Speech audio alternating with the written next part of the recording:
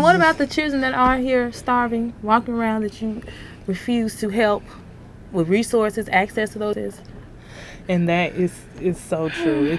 It's a lot of children that are here, that are starving, that don't have parents, that are sitting in adoption centers. And I feel like, hey, just because I'm pro-choice doesn't mean that I'm not pro-life. You know, I have a daughter myself, and I love her to death. And you know, I believe in people that's here, educating them, giving them the resources they need. If you are worried about life, then you need to make sure that it is equality for all. Everyone needs to have the same access, the same information, the same education, and it should not be based on their social status, economic status, their class, or any of those things. And just thinking back to these dates, because even though the speech was in 72, but she has been an avid reproductive justice, reproductive rights before then. This was all before the historic Roe v. Wade ruling that legalized abortion. So just think for her, that was brave of her. Looks like we have a caller. Go ahead, caller. Hello? Hello. Hi, I had a question. I've been watching the news recently, and at the end of presidential debates in recent weeks, we've heard a lot of talk about birth control sort of being legalized. You know, that the president wants everybody, all women, to be able to have contraception for free, and then, but the right is saying the contraception is only, you know, for lazy people who don't want to have to face the consequences of having sex. So I just would be curious, you know, to sort of get your opinion, and sort of ask you to weigh in on, you know, every woman having birth control for free, and whether or not you think that's a good idea, or how you sort of feel about what you have been saying. Okay, well, we thank you for calling in, caller. What I would say is that I agree with the president. I think that every woman should have access to birth control and should have access to it for free. And I do not think that birth control is for lazy women who don't want to face the consequences. I actually think that birth control shows that you're being active in exercising your choice on what you choose to do. I feel that, me personally, some women that do not use birth control methods, I think that that's kind of, you know, being lazy, because there are not only hormonal birth control methods, there are also natural birth control methods like tracking menstrual cycle. And it's just so crazy, because like I was saying earlier, all people should get the same education.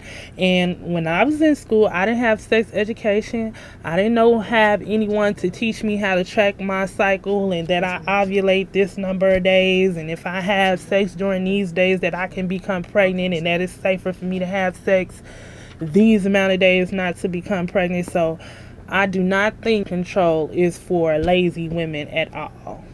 Looks like we have another caller. Go ahead, caller. Hey, how you doing? I'm with the watcher of the show, and I'm wondering, is it okay for a woman to use an abortion as a form of birth control?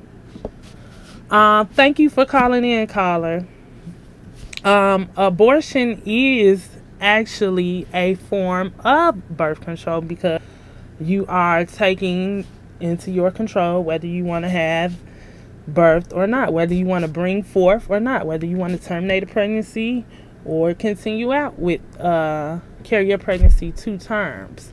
So at the end of the day, we are pro-choice, and we believe that it is a woman's choice if she wants to get an abortion or not. Whether she wants to have one abortion or she wants to have 8, that's up to her. It's not for us to say, is it okay for her to do that or not? It's what she feels is the best choice for her. And I'm sorry, I've just been hogging all the questions. Did you have anything that you want to answer? Well, I want to go back to the first caller.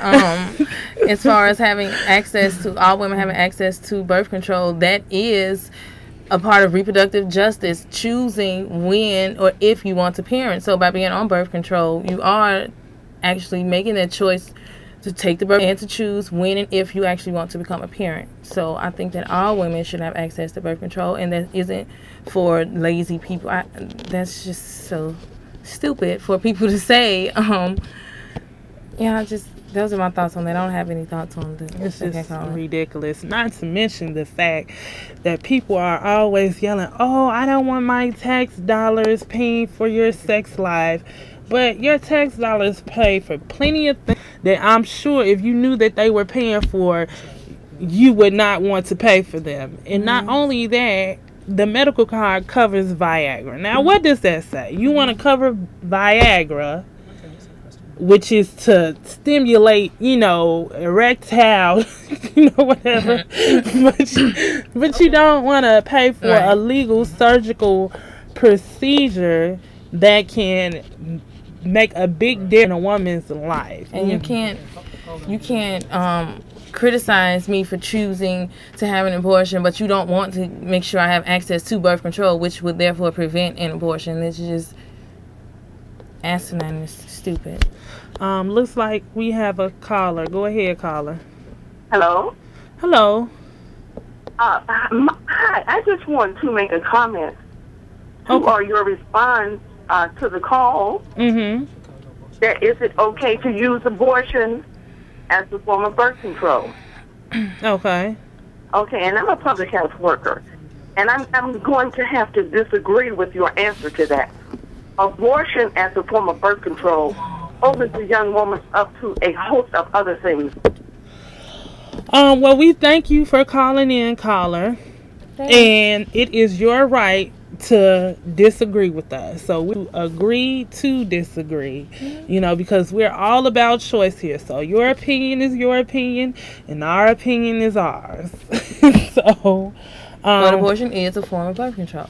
It is. I mean, no matter how you put it, and if a young lady chooses to get 8 abortions or 1 abortions, or none, that's her choice. That's her choice. Me personally had 3, and I'm just fine, and I don't have any doubts about my decisions that I made. No, I did it, and I'm glad that I did it, because I know that if I didn't do it, that I wouldn't be in the position that I am in today. And so, I wanted to read a quote from one of Shirley Chisholm's books, and it's the one from Unbought and Unbossed. This is what she wrote. Women are a majority population, but they are treated like a minority group. The prejudice against them is so widespread that most people do not yet realize it exists. Indeed, most women do not realize it. They even accept being paid less for doing the same job as a man. They are as quick as any male to condemn a woman who ventures outside the limits of the role men have assigned to females, that of toy and drudge.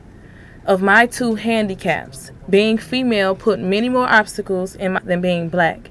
Sometimes I have trouble myself believing that I have made it this far against the odds. And she refers to her handicaps as being black and being a female. And I was reading this in her books that she feels like she's faced more prejudice being a woman than being black, because her being in the field, her being a congresswoman and being a politician, it's like, how could she not be victim of? I'm sorry, we have a caller, but let me finish our thought. Go ahead, caller. Okay, take the call. Hello? Hi. We were speaking earlier before, and please don't misunderstand what I'm saying as far as using abortion as a form of birth control. I cannot agree with that, and probably women of my generation will not agree with that, and I'm a public health worker. And if you're using as a form of birth control, that means that you are having unprotected sex, which can lead to a host of other things, such as HIV or full-blown AIDS. There's birth control, and there are condoms.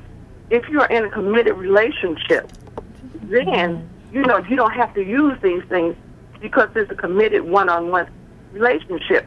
So I don't want the other young women that's listening to your program to think that it's okay to use abortion as their form of birth control. Okay, thank you, caller. Again. And condoms do break. No birth control is 100% effective. So let's just state that. All doctors, healthcare officials, pamphlets, all that will tell you that nothing is 100% safe. So just because someone ends up pregnant doesn't mean that they had unprotected sex or they were promiscuous and had multiple partners and they weren't in a monogamous relationship. Yes. What did you have to say? I think you said it perfectly. Brittany, I think you said it perfectly. Like she stated, just because a woman is having an abortion doesn't mean that she's not in a monogamous relationship, and doesn't mean that she's not using birth control. For instance, the last time that I received a procedure, it was a young woman, and she had an IUD, and it slipped out. And an IUD is supposed to last for 5 years and prevent you from getting pregnant. But there she was in the abortion clinic because her birth control failed. And so we just want to wrap up the show, and I just want to say one last thing, because we did want to highlight some males that were, it's not me, because it is mainly a woman's issue, reproductive justice, but it is also a man's issue in a way, but it affects our bodies more.